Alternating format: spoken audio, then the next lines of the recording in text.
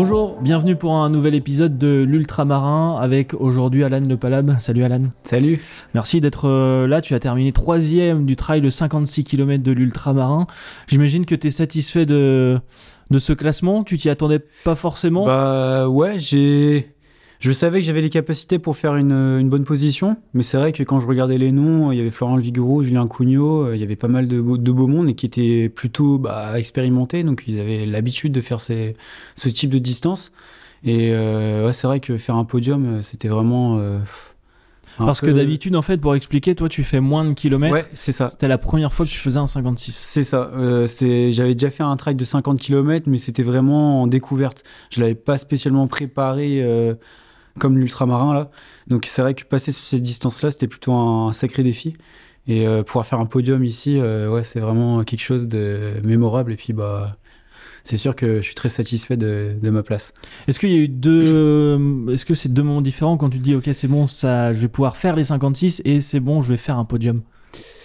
Non, c'est vrai que là, de pouvoir faire un 56, c'est déjà un défi, mais pouvoir faire un podium avec de tels noms, c'est vrai que là, tu te dis que tu peux rivaliser entre guillemets avec les meilleurs, donc ça donne encore envie de passer un cap et de progresser en fait, de continuer sur cette voie-là.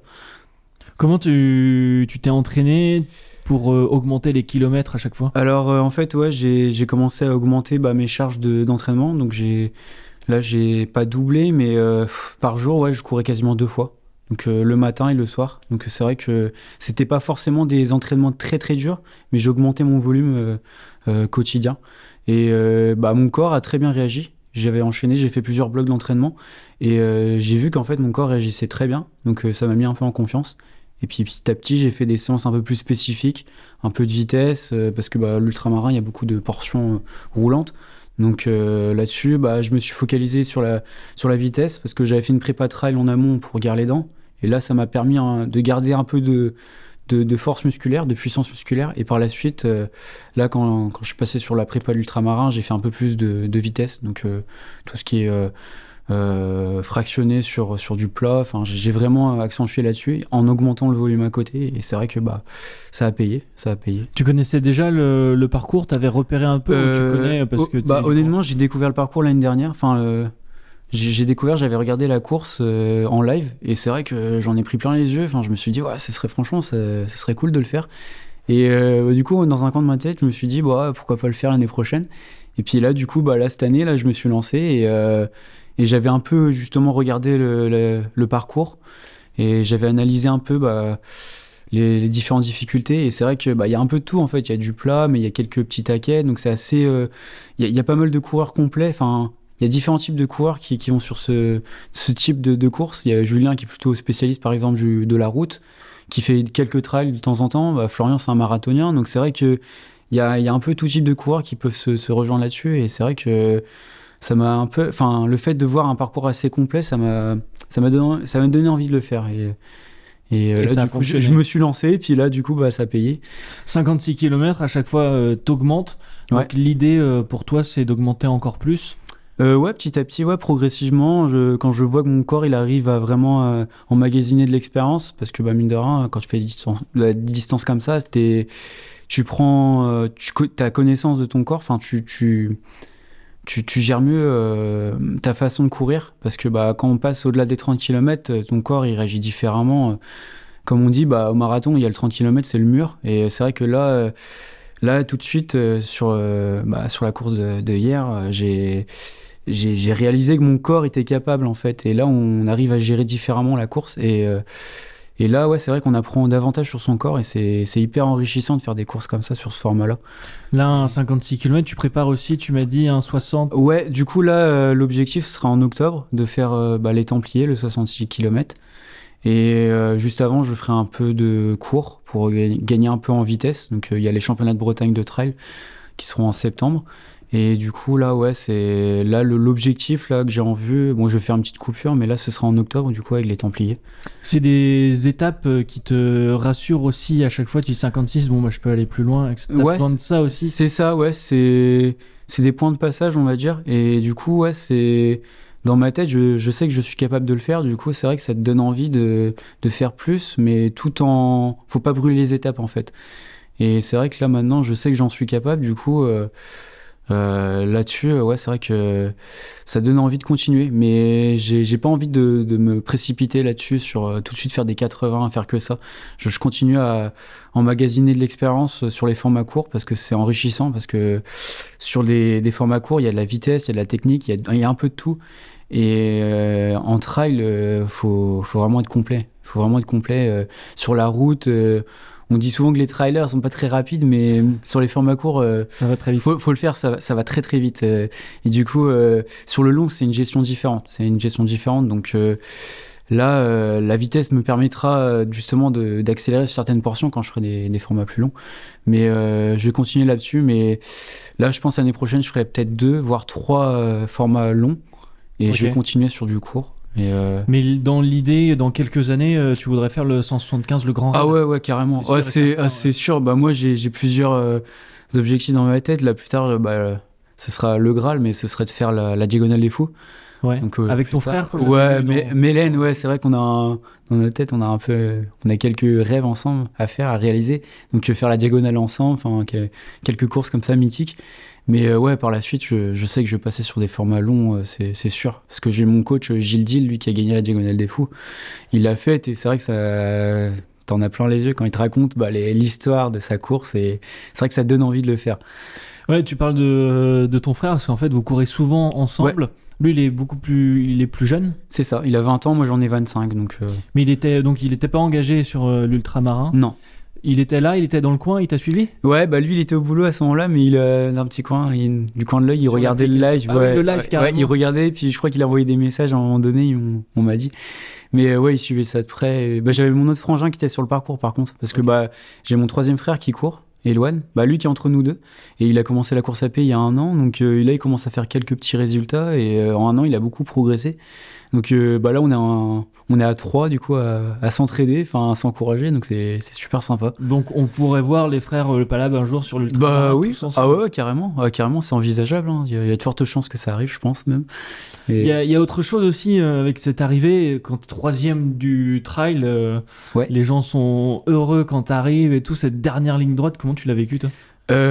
Franchement, j'ai plein d'émotions qui se mélangent, enfin je sais pas trop comment expliquer, mais c'est parce que la ligne droite, mine de rien, quand on arrive sur le port des Vannes, elle est interminable, hein. Quand on a plus de 50 bandes dans les pattes, on se dit mais on verra jamais le bout.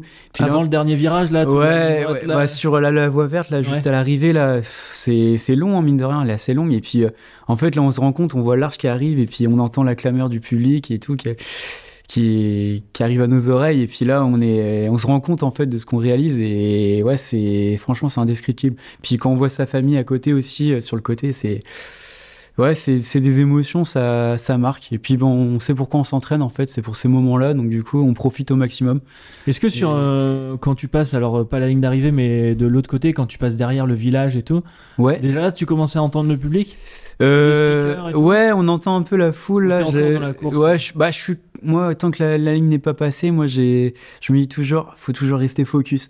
Mais c'est vrai qu'on se relâche un petit peu, on sent que voilà, ta course est quasiment terminée. Mais c'est dans la dernière ligne droite que j'ai tout lâché, on va dire. Mais moi en général quand je cours, je suis dans ma bulle, j'essaye de me concentrer au maximum sur ce que je dois faire, et c'est vraiment au tout dernier moment que voilà, je relâche toute la pression une fois que c'est terminé. Et puis en plus ça fait une belle photo, une belle vidéo pour Instagram. Ouais, carrément. Ouais, là c'était top. Il y avait des belles images. On a parlé beaucoup de mental avec les autres personnes qui sont venues dans le podcast. Est-ce que sur des trails sur un 56 km ça marche aussi, c'est important? Ah ouais, non mais c'est même primordial. C'est pour moi, à partir d'un certain moment, c'est la préparation physique, c'est bien, mais le mental, ça prend le dessus. C'est vraiment, pour moi, 80%. À partir d'un moment, t'as la tête qui prend le dessus. Moi, c'était à partir des 30-40. Musculairement, on sent qu'on est marqué. Et c'est là que ton cerveau, il prend le dessus. Et c'est lui qui te permet de maintenir l'allure. Et moi, en tout cas, je sais que mentalement, j'ai réussi à vraiment rester focalisé sur ce que je voulais faire. Et je sais que vraiment, c'est le mental qui a vraiment primé sur ma performance, hein. Je pense que quand tu fais des formats comme ça, c'est ça qui fait la différence sur tout.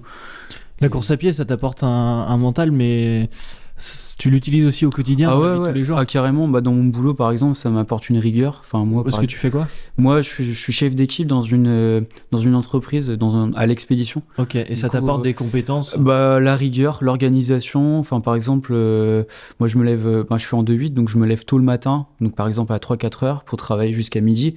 Et une semaine sur deux, j'alterne, donc je commence à midi, je finis à 21 heures. Donc de là, en fait, il faut vraiment être très organisé. Et bah, moi, du coup, je calque mes entraînements là-dessus. Et c'est vrai que bah, ça me permet d'avoir un équilibre, hein. La course à pied, c'est là-dessus, ça m'apporte vraiment beaucoup. Et ouais, c'est primordial pour moi, c'est un équilibre. C'est un équilibre de vie.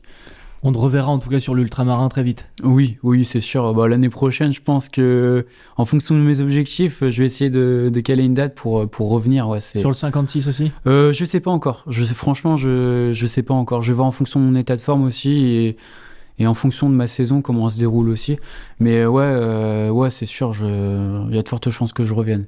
Si c'est pas l'année prochaine, ce sera dans 2 ans, mais c'est sûr, je vais le refaire. Ça t'a marqué cette édition? Ah ouais, carrément. C'est les paysages, le public, la course, enfin, tellement de... Même on doit d'émotions. t'en parler, on va t'en parler peut-être. Bah ouais, enfin, on se rend pas compte. Bah là, ça fait un jour que j'ai fait ma course, du coup, bah on commence un peu à réaliser, mais c'est les gens qui viennent me voir, qui me disent, oh là là, c'est génial ce que t'as fait. Enfin, là, on se rend compte qu'on a procuré des émotions.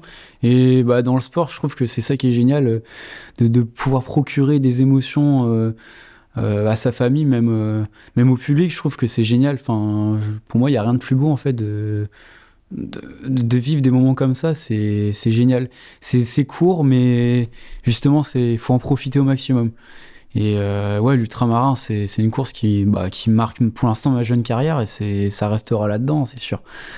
Tu parles de sport, justement, toi, il y a Ouais. d'autres sports qui t'intéressent, tu regardes d'autres sports Ah ouais, qui bah te- moi je suis un fada de sport, je suis tous les sports, le basket, le foot, vraiment tout, le vélo. Bah j'essaie de prendre un peu de tout. Je trouve que c'est hyper enrichissant de s'intéresser à tous les sports. Ça t'apporte beaucoup de choses sur l'aspect mental, même préparation. Je trouve ça vachement... Enfin, moi, je m'intéresse, je suis quelqu'un de curieux de nature et c'est vrai que regarder du foot, du basket, du tennis, enfin, je trouve ça vachement. Est-ce qu'il y a du rugby? Je suis obligé de te poser Ah la ouais, le question. rugby, vu ouais, le cadre. j'adore. Ah, franchement, le rugby, c'est un sport, la mentalité. Tu viens des fois j'adore. à la Rabine? J'ai déjà été voir 2 matchs. Bah, à l'époque, il y avait des matchs préparatoires. C'était des sélections internationales. Il y avait les Fidji qui étaient venus Ok. ici. J'avais pas vu le RC Vannes ici, mais j'avais vu c'était Samoa contre les États-Unis. Enfin, c'était il y a quelques années avec mon père, j'étais venu ici. Et voilà, l'ambiance est géniale. Franchement, le rugby, c'est un sport, c'est familial. Il y a un esprit de combativité que ouais, je me retrouve un peu dans le trail par moment. Il y a quelques notions. Ah ouais? Ouais, je trouve qu'il y a des valeurs, le partage, enfin la convivialité, enfin le dépassement de soi. Je trouve qu'il y a certaines valeurs qui se rejoignent un peu. Et c'est vrai que c'est un sport que j'adore regarder à la télé. Puis même quand j'ai l'occasion de venir voir des matchs, pas ici, mais du coup il y a quelques matchs de rugby que j'ai pu voir. J'adore. Franchement, l'ambiance c'est génial. Bon, aujourd'hui, il n'y a pas de Ouais, match, mais ouais, la ouais. vue est plutôt pas mal. Ouais, franchement c'est un super cadre ici. Merci en tout cas, Alan, Ouais. et puis on se dit à bientôt sur l'ultramarin. Ouais, carrément.